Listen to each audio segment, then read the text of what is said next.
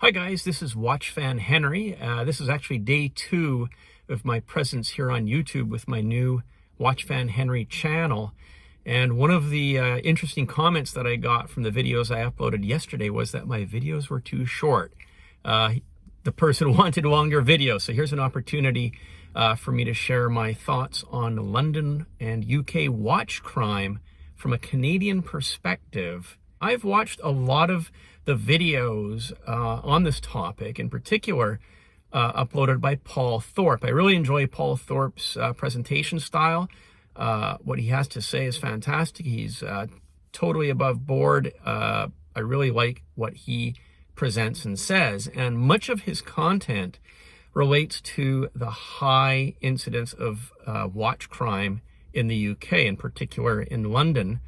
And I've had a lot of thoughts about Paul's comments about the various incidents that he reports of watch crime in the UK. And I will often leave comments, but his videos are so highly commented, what I have to say is just lost in the ether.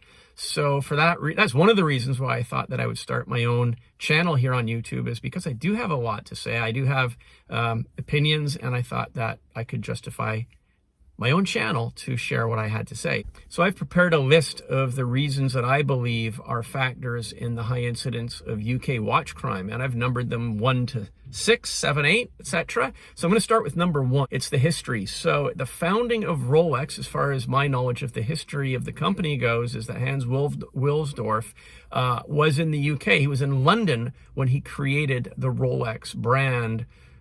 When was that? In the early 1900s. So we're talking about 120 years ago. So it was a British company, and I believe that perhaps in the 1920s, Hans Wilsdorf moved the company to Switzerland because that's where the expertise in Swiss watchmaking could help excel his company. But originally, Rolex is a British company. So people living in the UK have known about Rolex for at least 120 years. Rolex is ingrained in the British psyche, I would say more so than any other country on the planet. As I explained in one of my earlier videos, I'm actually a 3rd-generation Rolex fan. My grandfather purchased his first Rolex in Geneva in 1948. My father purchased his Rolex in 1972. Rolex is a British phenomena. It goes back over 100 years, whereas every other country on planet Earth, including Switzerland, Rolex is secondary, if you will. So that could be, I would say, perhaps the history of Rolex being British, more British than any other nationality, in my opinion. Number 2, let's talk about the UK presence. I believe that Rolex has a massive UK presence compared probably at a larger scale than any other country, even Switzerland. Particularly in London, as you're walking around London, there are a lot of, you see Rolex, you see the Rolex brand in quite a number of shops. There's quite a number of branding exposures to people looking for high-end jewelry in London. So compare that to Canada, the United States, Europe. I would say visually, you see more Rolex branding in England, in London, than you see anywhere else in the world. That's my personal experience anyhow. So the public, the people that live in the UK have more exposure to the brand. Therefore, people in the UK know more about the brand than people that live elsewhere. And which brings us to reason number 3. Rolex has become part of the British lexicon. Now, where else in the world do they have a nickname for a Rolex watch? I've been watching some Netflix shows, gritty crime dramas set in the UK, and sometimes they'll have a thug setting up for a robbery. It's even made it into, as I say, Netflix films, and the thug will refer to, relieving somebody of their rollie. So the Brits have come up with a nickname for the Rolex, the rollie. I don't know of any other geographic region in the planet where the population has actually come up with a nickname for the brand, and that basically tells us that the brand is so well known in England, more so than in any other country, that even young thugs that are setting up to thieve people have a nickname for the brands. So anyhow, that's what I've seen in Netflix. Number 4 would have to be, let's talk about the wrist presence situation in London.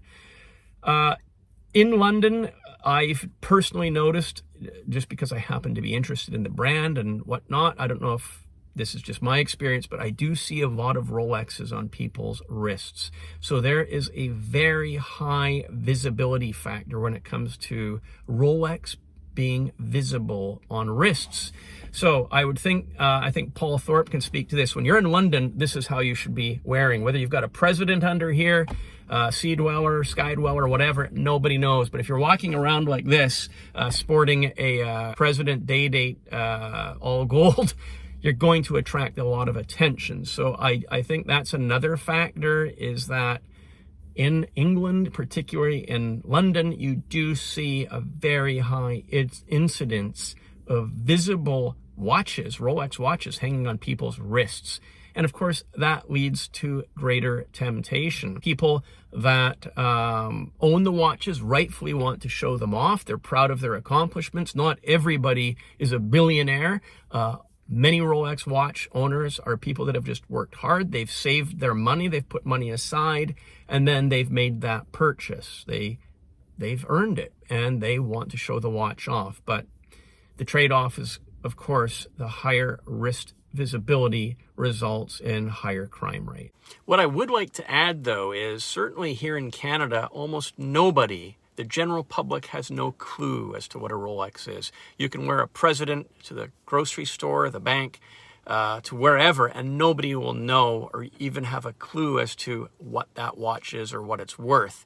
So the brand has not the same cachet. It doesn't have the same penetration to the general public's knowledge base as what it has in the UK. It's just a fact. Certainly the west side of London, Knightsbridge, Chelsea, Notting Hill. I mean, the west end of London, we have a very high incidence of people that are extremely wealthy living in a very dense area. Obviously, we've had a lot of watch crime that is not just inflicted on extremely wealthy people, but the greater the population base of extremely wealthy people, you have more chance of people owning luxury jewelry, including Rolex watches. So one goes hand in hand with the other. Also, in London in particular, you do have a lot of high net worth visitors to the area. I mean, obviously, there's the Russian oligarchs, there's oil money from the Middle East. So there are extremely wealthy people that live in very expensive real estate. West end of London, a 1,000 square foot apartment can cost £6 million. Depends on the neighborhood. So it's just the nature of the demographic in London, particularly in the more affluent areas. Which brings us to the next factor that I would say, which is one of the major reasons that we have high watch crime in the UK, and Paul Thorpe reports on this very, very frequently in his posts, and that is, according to Paul, is that the authorities, the police, they don't take watch crime seriously. They turn a blind eye to it when it's reported by victims of watch crime. The authorities don't respond as they would respond, certainly here in Canada or the United States. And I'd like to talk about this particular aspect a little bit at length. Here in Canada, if you're a resident, if you're a citizen of Canada and you have an issue of a community or national concern, you can contact your MP, your member of parliament. And your MP's obligation is to listen to you and to take your concerns to government. And I believe this is how the system works in the UK. And I have left this comment numerous times in Paul Thorpe's videos, that people that are subjected to watch crime and their concerns are not addressed by the police, the option is at that stage to take the matter to one's MP. And I know from my own personal experience, I have a direct link to my MP. I know who my MP is. My MP knows who I am, and I can call my MP's office anytime, speak to an assistant there, and level my concerns, and they will be addressed and responded to. I can't imagine a world with Canada or the UK where somebody is the victim of a violent robbery and a grand theft over $1,000 value, as it's classified here in Canada, and the police don't take that matter seriously. It's just, I can't comprehend it. And if it were the case, I would be immediately visiting my MP. And if my MP did not help me when I'm reporting that the police are not helping me, at that stage, I would be contacting the media. I would contact the local media, the TV stations and newspapers, and say that such and such MP has not taken this case seriously, and here's what's going on. And I've just basically become gobsmacked with the level of, I guess maybe it's indifference that's reported by the authorities in the UK regarding watch crime. And I've always thought that the rule of law in the UK was first and foremost on planet Earth. Canada, we have British law. The rule of British law is how Canada has modeled our judicial system and our legal system, and how the authorities interact with the public and with the government. It's all modeled after UK rule of law. And for me to hear that watch crime is just being swept under the rug in the UK, I just find it's a very, very, very troubling trend. And as a Canadian, I just wanted to say that the English can address this matter by, I hope, dealing with their MPs. And it's just not a message that I've seen resonate in Paul Thorpe's videos.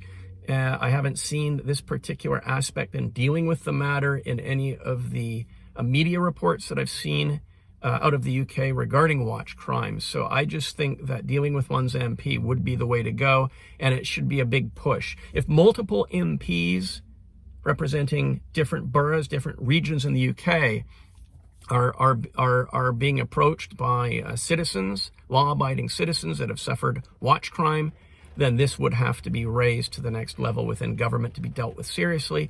And the police, the police authorities that aren't dealing with the matter need to be brought back into check, in my opinion. So this is my view as a Canadian on this matter. It's just started to rain. I hope you, perfect timing actually, I hope you've enjoyed this video. If you do have comments, I'd love to hear what they are. And I do thank you so much. And if you're not a subscriber to my channel, perhaps you would do me a favor and subscribe. So thanks for watching the video, and hope you've enjoyed it, and I'll see you next time. Thanks again, and we'll be in touch.